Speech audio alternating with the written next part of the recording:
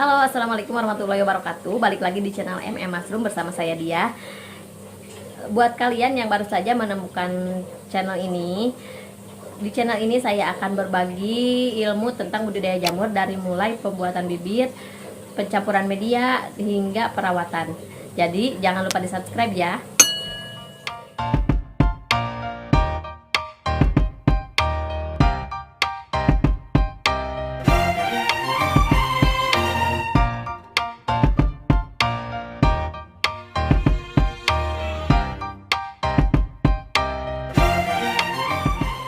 Jadi karena di negeri kita ini banyak sekali jenis-jenis kayu yang tumbuh, sehingga ada isu yang muncul bahwa ada satu jenis kayu yang tidak bisa digunakan untuk campuran media tumbuh jamur atau backlog. Nah, sebenarnya semua jenis kayu itu bisa digunakan untuk campuran media tumbuh jamur. Cuma ada beberapa perbedaan cara pengolahan atau perlakuannya karena ada beberapa jenis kayu yang mengandung kadar minyak alami seperti jati dan juga pinus. Di antara kayu-kayu yang lain, dua jenis kayu ini yang paling banyak mengandung kadar minyak alami. Dan di antara dua jenis ini yang paling banyak mengandung kadar minyak alami yaitu pinus. Sehingga banyak orang yang mengatakan bahwa kayu pinus tidak bisa digunakan untuk campuran media tumbuh jamur atau backlog. Sebenarnya serbuk kayu pinus ini juga bisa digunakan untuk media tumbuh jamur atau backlog. Tapi dengan catatan harus dibiarkan atau difermentasi dulu minimal 6 bulan sebelum dicampurkan dengan media yang lain. Dibiarkan kepanasan dan kehujanan dulu.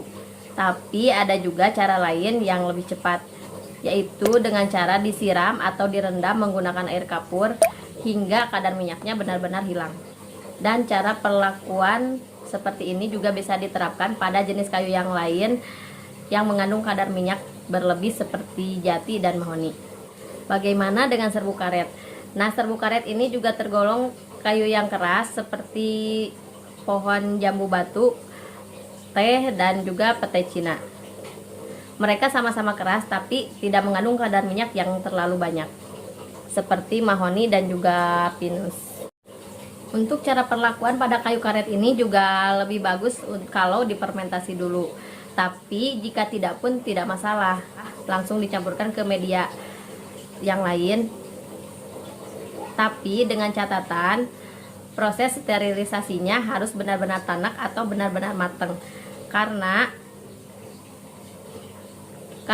kayu karet ini tergolong kayu yang halus dan juga padat.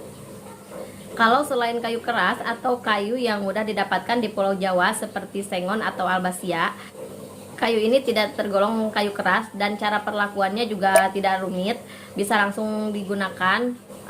Untuk proses penyeterilan atau penyetimannya yang standar juga sudah aman. Jadi kesimpulannya, jika di tempat kalian masih menemukan gunungan-gunungan serbuk kayu yang sudah lama bahkan sampai bertahun-tahun, saran saya gunakan saja untuk media tumbuh jamur karena itu bisa menguntungkan kalian. Nah, dari masing-masing jenis kayu tadi ada kekurangan dan kelebihannya masing-masing.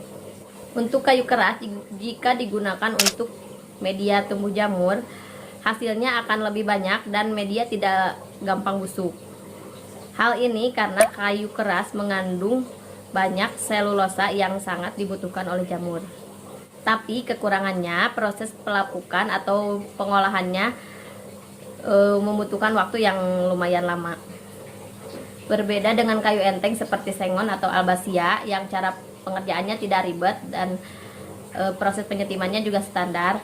Tapi kekurangannya kalau menggunakan kayu sengon atau albasia, media cepat gembos atau cepat busuk dan hasilnya tidak terlalu banyak seperti kayu-kayu yang keras. Oke, sekian dulu untuk pembahasan serbuk. Mungkin masih banyak jenis-jenis kayu, mungkin masih banyak jenis-jenis serbuk kayu yang tidak saya bahas di dalam video ini.